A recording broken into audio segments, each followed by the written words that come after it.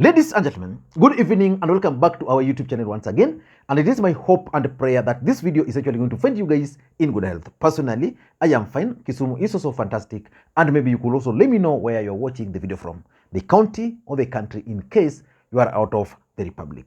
Ladies and gentlemen, Raila Odinga and the entire Azimio La Umoja brigades yesterday attended the requiem mass for the 12 victims of police brutality from Siaya County in Bondo Stadium.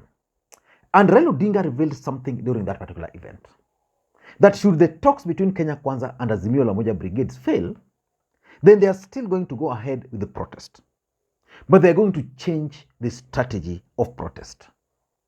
And I paid very close attention again to Raila Odinga today in Luanda, because in Luanda, Raila Odinga also attended the burial service for the two brothers who were victims of police brutality. And Raila Odinga revealed that next time they might not ask their supporters to go to the street. He might ask them to stay in their houses. I want you guys to pay very close attention to Raila Odinga explaining the new strategy. And then after that, I'm going to explain to you guys why personally, I strongly believe that that new strategy is not going to work in this context. Listen in. Somebody goes and then prides himself, praises the policeman when he's talking in another part of the country, spewing political propaganda. That, nitawakalia ngumu, hawajaniona, wataniona, nitawakanyaga, tumewakanyaga. Because you've killed innocent people, you're going to shout at the top of your voice in another part of the country, and you're purporting to be a leader of a country. Every life must count. And then you're obsessed with saying, my next responsibility is to take Raila to Bondo.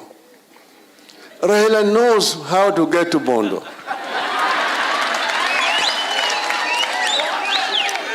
I don't need Ruto to take me to Bondo.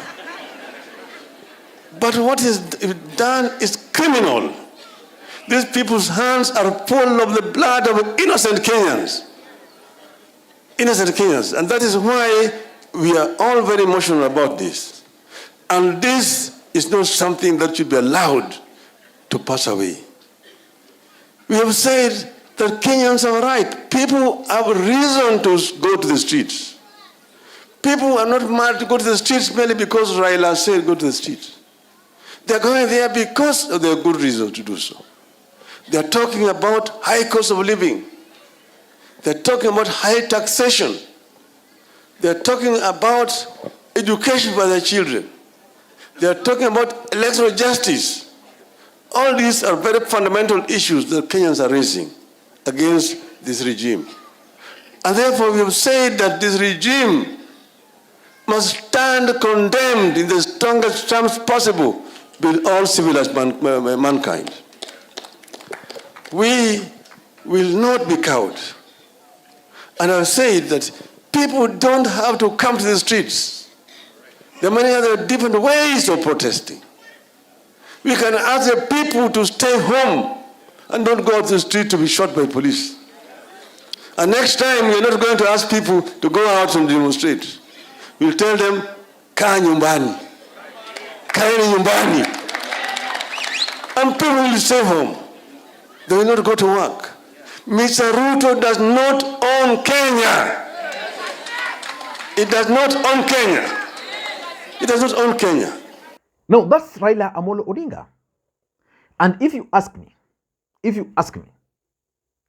that strategy can work and can be very effective. But it's not going to be effective under the current circumstance. So I want to explain why I strongly believe that this strategy is going to fail. But before you do that, in case you are watching this channel for the first time, please take a second or two, click that subscribe button so that next time we produce a video like this, YouTube will automatically notify you. And to the subscribers, I want to continue thanking you guys for your continued support. Because without that support, this channel cannot be where it is. And without any further ado, let us dive in. Ladies and gentlemen, Raila Odinga is suggesting that should the talks between Kenya Kwanza and Azimio la Umoja brigade fail, then he's going to ask the supporters to stay at home. I want to get your opinion. Do you think that strategy can work in the Kenyan context? Of course it can work. It can work, for example, if you've been following the politics of this country, in 2017, Raila Odinga petitioned Uhuru Kenyatta's win. The Supreme Court agreed with Raila Odinga that the elections were actually not free, they were not fair, and the courts nullified those elections. Then Raila Odinga decided to protest by failing to contest. He said he's not going to participate in that election. So Uhuru Kenyatta ended up going on with the election. And as fate would have it, Uhuru Kenyatta was declared the president of the Republic of Kenya. But with what percentage? Very few Kenyans stand up. And Uhuru Kenyatta lacked that legitimacy to claim that he's actually the president of the Republic of Kenya. And that's basically, for most people who don't know, that's exactly what forced Uhuru Kenyatta to to request Raila Odinga for the handshake. So the truth is, after that election, Uhuru Kenyatta didn't have the legitimacy. He didn't get any votes from Nyanza. That's the fact. Uhuru Kenyatta did not get votes from coastal region. People rebelled. And even areas where they did, in most cases, they were actually just, the way government does their things.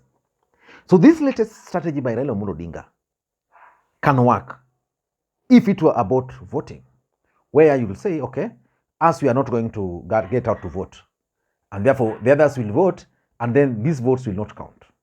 But why do I strongly believe that this kind of strategy is not going to work in the current circumstance? Number one, the impact. When we talk of protest in the Kenyan context, we mean protest, and not just protest. We mean an impactful protest. For example, when Raila Odinga said that we are going to have maandamano on Wednesday, Thursday, Friday, in the mind of Kenyans, they know that on Monday, Kenyans are going to the streets. On Wednesday, Kenyans are going to go to the street, on Thursday and on Friday. So those who decided to ignore those orders met the wrath of the demonstrators in the street. So next time Raila Odinga called another protest, and you are a victim, you'll say, okay, I'm not going to the street.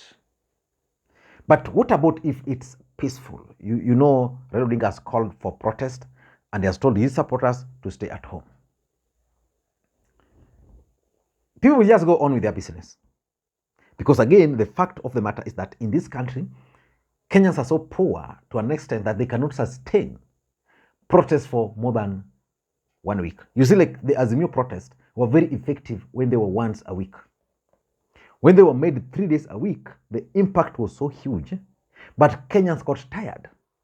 And I'm sure if Raila Odinga were to call again another 3-day demonstration, then Kenyans were not going to really take it seriously. So that's exactly what we are talking about, the impact. So that's, for me, the impact is the most important thing. If Raila Odinga called for a demonstration, Kenyans know that demonstration is demonstration. You don't go to the street. You don't go to work. If you go to work, shauri yako. But now if he tells you, watu watakuwa kwa nyumba, it can't work. So that's number one for me. Number two, it's also kind of a surrender. That you used to call for protest and your supporters would go to the street. They would meet the police there. Then they'll play their games with the police. Most of the time they'll win. Then, because the police decided to apply force to eliminate your supporters, then you fear. Because Raila Odinga's biggest fear normally is blood. Someone was telling me that during the 2007 post-election violence, Ruto was willing for the post-election violence to proceed. But some people knew Raila Odinga's weakness. So they agreed that the first thing we do, let us go and see the victims of post-election violence. So Raila Odinga was taken to Russia Hospital, he was taken to Aga Khan, he was taken to... When he saw, he didn't speak. Then Maida was also taken. So when they met, Ruto insisted, hii vita iendelee. But Raila said no. That's how Raila Odinga agreed to talk. Probably, Raila Odinga saw how his supporters were dealt with. And he said, not again. So it's kind of surrender, if you ask me.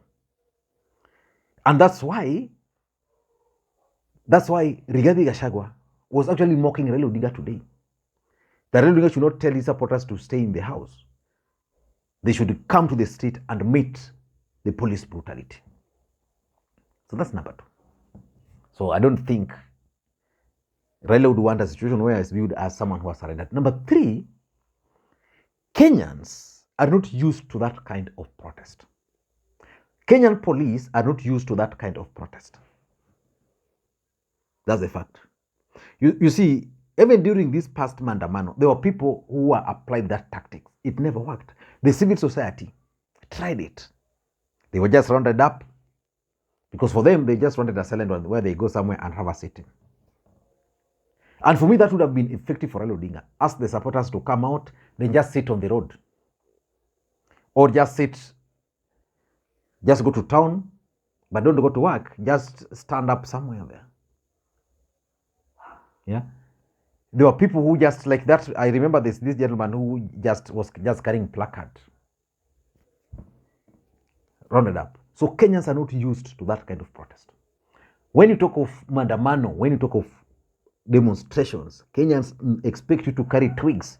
Walking, kama wale watu wa Mandago, the Finland cases. They carry their twigs.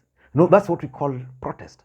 But you see, because in most cases, like if it's a political protest, you carry your twigs, then Rigathi Gachagua will realize, okay, hii mandamano ni about Raila, okay, Lugos needs to be hurt, so he unleashed the police to cleanse the Lugos.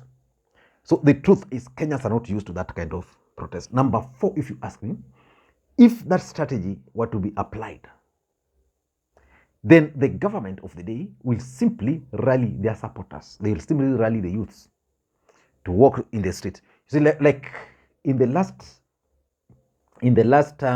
demonstrations, the country was paralyzed, but the government was so keen on projecting an image of business as usual. On Twitter, they were running this hashtag, Bizkamakawa. Yeah. So now, but people could not open their shops. They would have the NIS guys roasting maize side ya barabara, wengine wanajifanya wanauza gazeti pale, just to show that businesses were going on. That was not the case. But if you agree that you stay indoors, then it will be easy for them to rally the NIS, to rally other people, just to go and open their shops, to walk in the streets of Nairobi, take photos how businesses are going on. And the impact would be low. And lastly, if Raila were to apply this, then it would also be misinterpreted, or interpreted for that matter, to mean that Raila Odinga is actually changing strategy, or is part of his strategy to pull out of the talks. It would be that he's not going to go for the full-blown protest, but he doesn't want the talks to go on, so it's a strategy for Raila Odinga to pull out of the talks. So ladies and gentlemen, wait me in my next video. In that next video, I want to explain to Raila Odinga and Azimio team the 5 things they should actually focus on in case they want to win the presidency from William Ruto. Because the truth is, William Ruto is already the president. He's serving almost one year, came to an end. He's already 1 year over. So what Raila Odinga and Azimio should focus on if they want to remove Ruto from power in 2027. Because if you ask me, William Ruto is the easiest president to remove from office. Until that time, this is Lee Makwiny. Bye-bye.